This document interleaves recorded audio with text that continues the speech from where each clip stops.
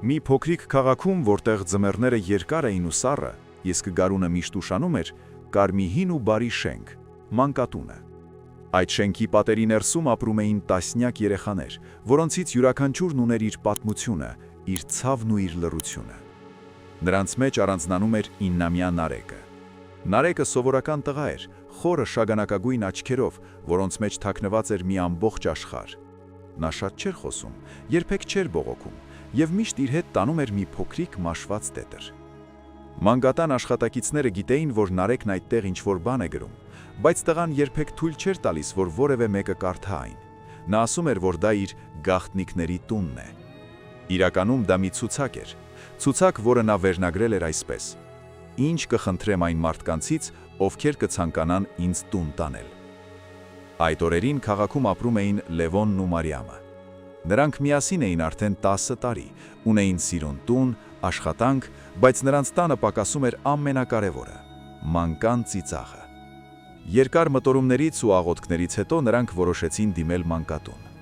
Երբ նրանք առաջին անգամ մտան այդ շենք, նրանց սիրտը սկսեց արագ բաբախել։ Տնօրենը տիկին Անահիտը նրանց ծանոթացրեց երեխաների հետ։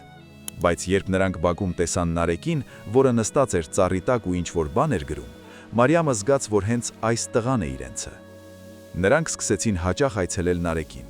Բերում էին խաղալիքներ, քաղցրավենիք, բայց Նարեկը միշտ զուսպ էր։ Նա շնորհակալություն էր հայտնում, բայց նրա աչքերում կար մի տեսակ զգուշություն։ Կարծես նա սպասում էր, որ մի օր նրանք էլ չեն գա։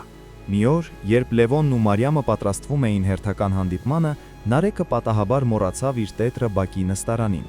Լևոնը նկատեց այն ու վերցրեց, մտածելով, որ կվերադարձնի տղային։ Սակայն քամին բացեց էջերից մեկը ու Լևոնի աչքն ընկավ վերնագրին։ Նա չկարողացավ դիմանալ գայթակղությանը և սկսեց կարդալ։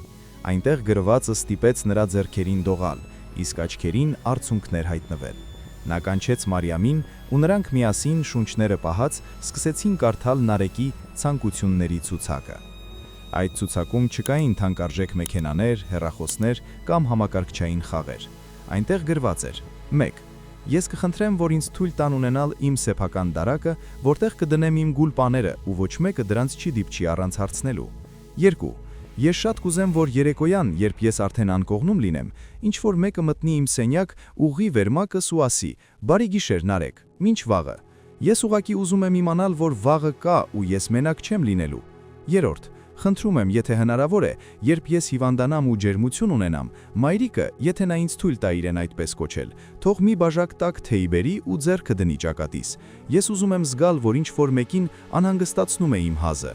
4. Ես կուզեմ, որ հայրիկը ինձ սովորեցնի, թե ինչպես են հաց գնում խանութից։ Ես ուզում եմ քայլել նրա կողքով ու լսել, թե ինչպես է նա ասում. «Դե գնացինք տուն, Նարեկ ջան»։ Տուն բառը աշխարհի ամենագեղեցիկ բառն է։ 5. Ես խոստանում եմ լինել շատ խելոք, ուտել ամեն ինչ, ինչ կլինի սեղանին, միայն թե ինձ երբեք չվերադարձնեք հետ։ Ես շատ եմ վախենում հետ բառից։ Լևոնն ու Մարիամը կարդում էին ու չէին կարողանում զսպել հեկեգոցը։ Նրանք հասկացան, որ այս երեխան ոչ թե նվերների կարիք ունի, այլ սովորական մարդկային ջերմության, որը շատերի համար այնքան բնական է, որ նույնիսկ չեն նկատում։ Նրանք հասկացան, թե ինչքան մեծ պատասխանատվություն է սպասվում իրենց։ Հաջորդ օրը նրանք եկան Նարեկի մոտ, բայց այս անգամ այլ կերպ։ Լևոնը մոտեցավ տղային, նստեց նրա կողքին ու ցածր ձայնով ասաց. «Նարեկ, մենք կարդացել ենք քո տետրը,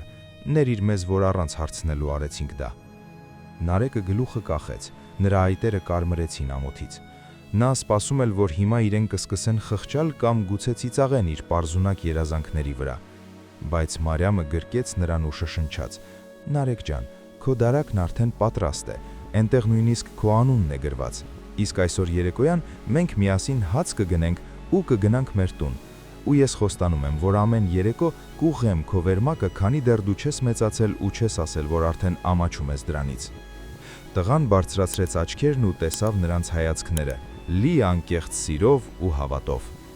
Այդ պահին նրա սրտում ինչ-որ բան կոտրվեց, այն սառույցը, որը նա տարիներով կառուցել էր իր շուրջը։ Ամիսներ անցան, Նարեկն արդեն իրենց տանն էր։ Առաջին օրերը դժվար էին, նա դեռ վախենում էր բարձր ձայնով խոսել, դեռ զգուշությամբ էր մոտենում սառնարանին։ Բայց Լևոնն ու Մարիամը համբերատար էին, նրանք ոչինչ չէին ստիպում։ Մի անգամ Նարեկը թեթև մրսել էր։ Նա պառկած էր իր սենյակում, երբ Մարիամը մտավ ներս, ձեռքին մի բաժակ մասուրի թեյ։ Նա նստեց մահճակալի եզրին, ձեռքը դրեց Նարեկի ճակատին ու ասաց. «Մի քիչ տաք ես տղաս, բայց մի անհանգստացիր, ես քո կողքին եմ»։ Նարեկը փակեց աչքերը։ Նա զգաց այն ջերմությունը, որի մասին գրել էր իր տետրում։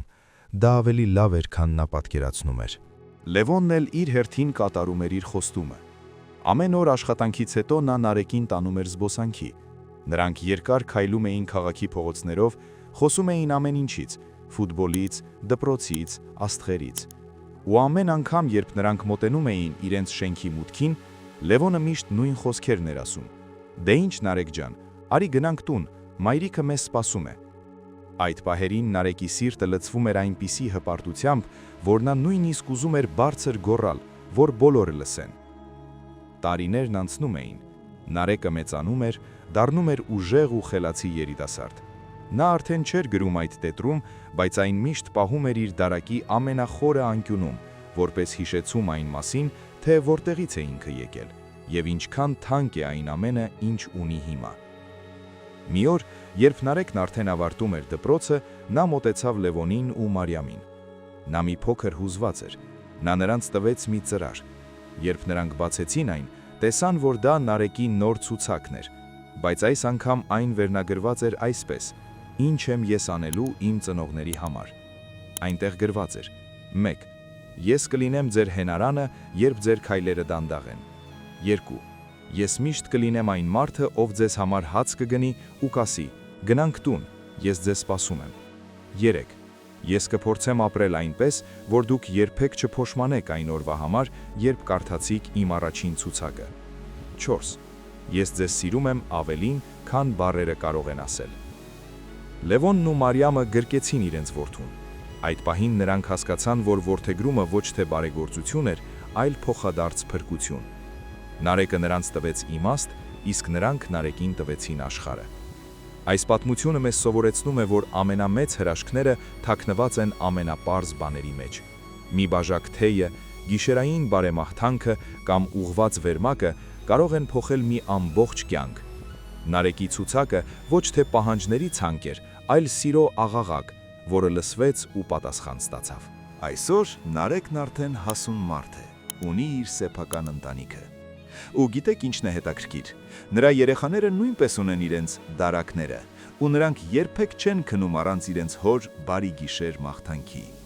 Որովհետև Նարեկը գիտի, սերը միակ բանն է, որը որքան շատ ես տալիս, այնքան շատանում է։ Երբեմն, երբ քաղաքում ձյուն է գալիս ու քամին ծեծում է պատուհանները, Նարեկը հանում է այն հին, մաշված տետրը, նայում է իր մանկական ձեռագրին ու ժպտում։ Նա գիտի, որ իր բոլոր երազանքները կատարվել են, որովհետև մի օր երկու մարդ չվախեցան բացել իրենց սրտերը մի փոքրիկ լռակյաց տղայի առաջ։ Ու այդ օրվանից սկսած, նրանց բոլորի համար վաղը միշտ եղել է ու կլինի լուսավոր ու տաք, անկախ նրանից, թե ինչքան սառն է ձմեռը դրսում։ Այս պատմությունը հիշեցում է բոլորիս, որ մենք կարող ենք դառնալ մեկի համար այն հրաշքը, որին նա սպասում է։ Երբեմն պետք է ընդամենը կարդալ մեկի սրտի լռությունը ու պատասխանել դրան ջերմությամբ։ Ու այդ ժամանակ աշխարհը կդառնա մի փոքր ավելի լավը, մի փոքր ավելի տուն, որտեղ յուրաքանչյուրը կունենա իր սեփական դարակն ու իր սիրելի մարդկանց։